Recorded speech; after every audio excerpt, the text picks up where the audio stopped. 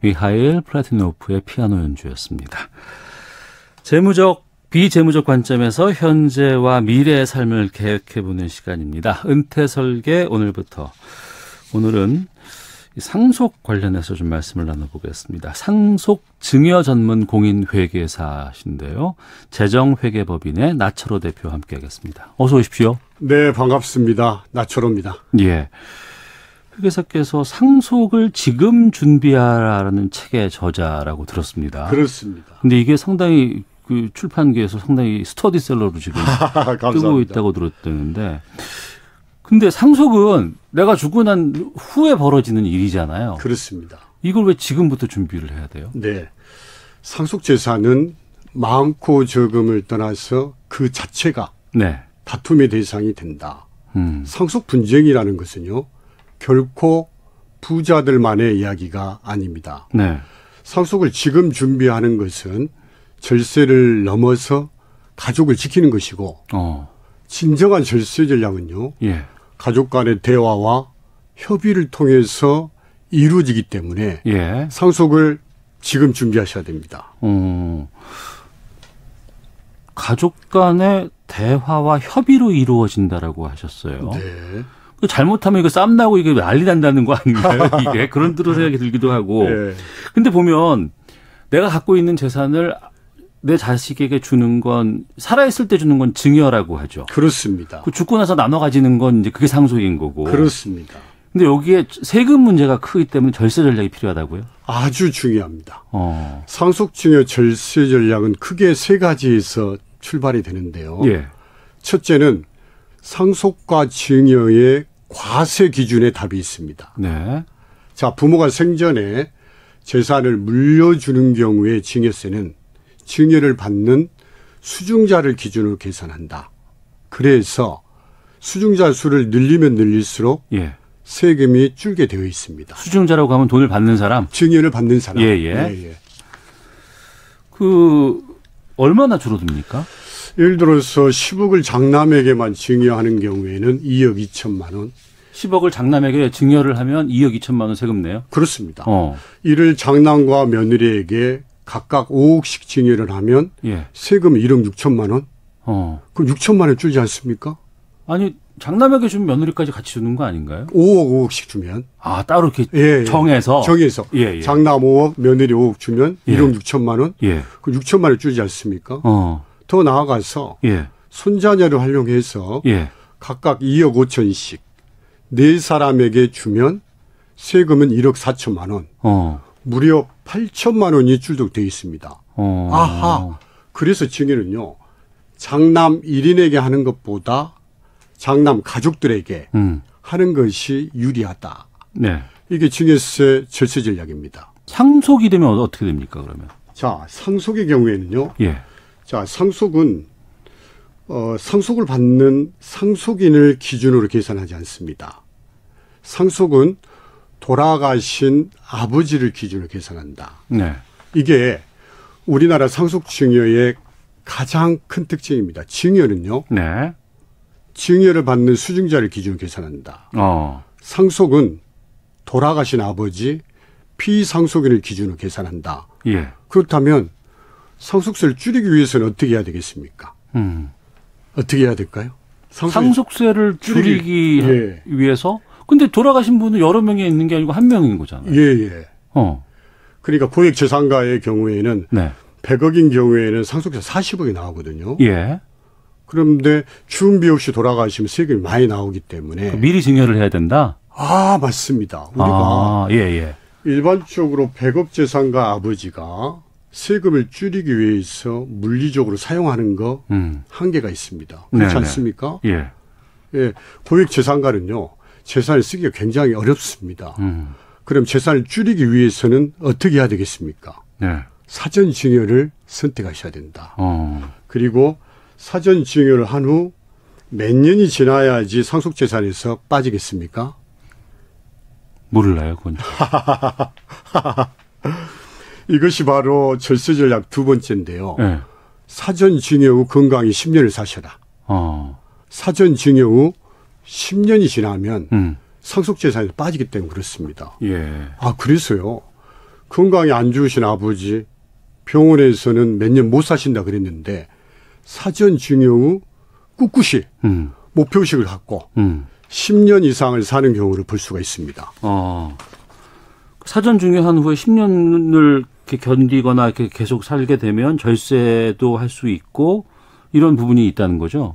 그렇습니다. 10년이 지나면 상속재산이 빠지기 때문에. 네. 그래서 벤저민 플랭클린은 이 세상에서 피할 수 없는 것 딱 두 가지. 예. 데스, 죽음과 텍스, 세금이라 하지 않았습니까? 예. 건강이 안 좋으신 아버지 사전 증여 후 건강히 10년을 사시는 경우를 보고 예. 야, 이 텍스 앞에서는 데스도 연장이 될 수 있구나 싶습니다. 세금 앞에서는 죽음도 연장될 수 있다고요? 그렇습니다. 일석이조지 않습니까? 그래서 만일 그리고 부모가 예. 자식을 건너뛰고 손자에게 증여해 주는 경우가 있는데 네네. 이런 경우는 합산기간이 몇 년이겠습니까? 이것도 10년 아닌가요? 자식을 건너뛰고 예. 손주에게 증여하는 경우를 세대 생략 증여를 합니다. 이때는 세대 생략 증여. 예. 이때는 10년이 아니라 5년이다. 그거 왜 줄어요? 자, 왜 주냐면 부모가 손주에게 직접 증여하는 경우 손주가 주상속인이 아니기 때문에 네네. 그래서 5년인데요. 부모가 손주에게 증여하는 경우가 부모가 자식에게 그 자식이 손주에게 증여하는 경우보다 비록 할증과세는 되지만 증여세가 줍니다. 네. 2번 해야 될 거 한 번만 하니까. 그다음 합산기간도 줄기 때문에 연세가 많을수록 고액 재산가일수록 세대 생략 증여를 선호하게 되어 있습니다. 네. 그럼 마지막으로 예. 며느리와 사위에게 증여하는 경우에는 합산기간이 몇 년이겠습니까? 자식 말고 며느리하고 사위에게 며느리 준다고? 사이에. 자식에게만 좀 줄 것 같다는 생각이 들긴 하는데 잘 모르겠는데요. 거기는 몇 년인지? 우리가 보통 며느리 사이에게는 증여를 잘 안 해주기 때문에 모르는 것이 당연하다. 며느리 사이도 5년입니다. 우리가 보통 증여를 할 때 며느리 사이 빼고 증여하는데 그런 순간 가족의 화목이 깨질 수 있다고 생각합니다. 우리가 며느리에게 증여를 해주면 사돈댁에서는 아들에게 증여를 해주지 않겠습니까? 걱정하지 마시고 며느리에게 해주시기 바랍니다. 예, 알겠습니다. 가족 간의 화목을 위해서는 여러 가지 과감히 며느리 사위에게도 증여를 한다. 이런 얘기해 주신 것 같은데 또 다른 절세 전략 같은 게 있어요? 네. 세 번째 절세 전략은 세율 구조의 답이 있습니다. 세율 구조? 예. 세율. 상속 증여는 10에서 50%까지 5단계 초과 누진세율로 과세표준이 30억이 넘어가는 경우에는 최고 세율 50%가 적용이 된다. 예. 만일 50억 재산가가 10억을 띄어서 증여를 하면 증여세 2억 원, 증여 없이 상속으로 가면 상속세 5억 원, 10억으로 인해서 세금 차이가 3억이 나도록 되어 있습니다. 그러니까 말씀 들어보니까 세금 차이가 좀 많이 나는 것 같고, 그러니까 정리해 보면은 상속만 일방적으로 다 하는 것보다는 사전 증여를 통해서 낮은 세율을 적용받아라 이렇게 지금 조언하시는 거죠? 맞습니다. 우리가 세율 구조에 절세 전략이 있는 겁니다. 만약에 5단계 초과 누진 세율이 아니라 50% 단일 세율로 픽스가 되어 있다면 10억을 사전 증여해도 50%요. 20억을 사전 증여해도 50%요. 사전 증여 없이 상속으로 가도 50%라면 절세 전략의 의미가 많이 사라질 겁니다. 상속, 증여, 절세 전략 이 세 가지 좀 잘 기억해야 될 것 같은데 좀 정리를 한번 좀 쫙 해주세요. 그럴까요? 자, 첫째, 증여세는 증여를 받는 수증자를 기준으로 계산한다. 받는 사람을 기준으로 한다. 그렇죠. 그래서 수증자를 늘려라. 상속세는 돌아가신 아버지를 기준으로 계산한다. 그래서 아버지 재산을 줄여라. 둘째는 아버지 재산을 줄이기 위해서는 가족 간의 협의를 통해서 사전 증여를 선택해라. 그다음에 사전 증여 후 건강히 몇 년을 사셔라? 몇 년을 사셔야 됩니까? 10년. 단 세대 생략 증여의 경우에는 몇 년이다? 5년. 5년 맞습니다. 그다음에 셋째는 세율 구조를 이용해서 사전 증여를 통한 낮은 세율을 적용받아라. 이것이 바로 세 가지 절세 전략입니다. 네.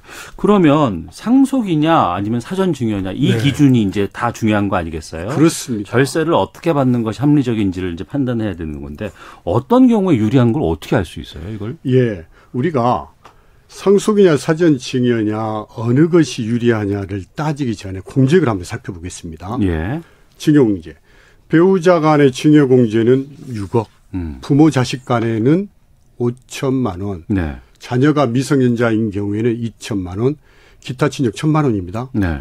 최근에 세법 개정안으로 인해서 혼인에 따른 증여공제가 1억이 추가가 됐습니다. 네. 하나 이는 개정안이다. 반드시 연말에 국회 통과 여부를 따져보셔야 된다. 예. 그다음 상속공제는요. 배우자가 살아있는 경우에는 최소 10억, 배우자가 없는 경우에는 5억입니다. 그러니까 이제 어머니가 계신 경우에 아버지 재산이 10억 원 이하거나 아버지만 계신 경우 아버지 재산이 5억 원 이하면 상속세가 없겠네요. 맞습니다. 부모 재산이 상속공제 금액 이내라면 예. 상속으로 가야 됩니까? 사전증여로 가야 됩니까? 그건 이제 상속으로 가야 되겠죠. 당연하죠. 네. 예를 들어서 홀아버지 전 재산이 만약에 5억이라면 네. 증여로 가면 8천만 원, 상속으로 가면 세금 없어요. 없습니다. 예. 그래서 부모 재산이 상속공제 이내라면 상속으로 가는 것이 절대적으로 유리하다. 예. 근데 사전증여를 했어요. 네. 근데 사람 목숨 어떻게 알겠어요? 10년이 돼야 된다고 생각을 했는데 예. 그 전에 돌아가셨단 말이에요. 예. 상속이 이루어져 버렸어요. 예. 그러면 이건 사전증여가 불리해지는 거 아니에요? 아유, 좋은 질문입니다. 10년 이내에 돌아가시면 상속재산이 합산이 된다. 이때는 사전증여 재산가액이 어떤 성격이냐에 따라 틀려지는데요. 일반적으로 부동산은 시세가 상승하지 않습니까? 네. 이런 경우에는 사전증여가 유리하고 시세가 하락하는 경우에는 불리할 수 있다. 근데 대부분 이 상속 이게 좀 먼 얘기 같지만 또 금액이 크다 보니까. 예. 근데 우리 대부분 사람들의 재산이 이제 부동산인 경우에 다 몰려 있는 경우가 많잖아요. 예, 그렇습니다. 근데 이 부동산은 어떻게 이 증여나 상속할 때 이게 좀 고민이 되는 거고. 네. 또 시세가 상승하는 부동산 같은 경우에는 왜 사전 증여가 유리한 겁니까? 자, 예를 들어서 증여한 지 10년이 안 된 아파트. 증여 당시 가액은 10억이었습니다. 네네.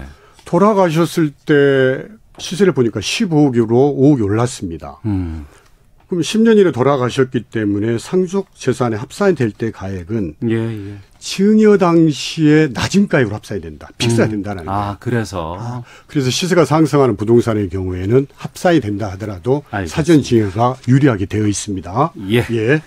시간이 다 됐어요. 여기서 마쳐야 될 것 같습니다. 그래요? 예. 상속 증여 절세 전략에 대해서 오늘 살펴봤습니다. 나철호 회계사 함께했습니다. 고맙습니다. 예, 감사합니다. 예, 저도 여기서 인사드리겠습니다. 아나운서 오태훈이었습니다. 안녕히 계십시오.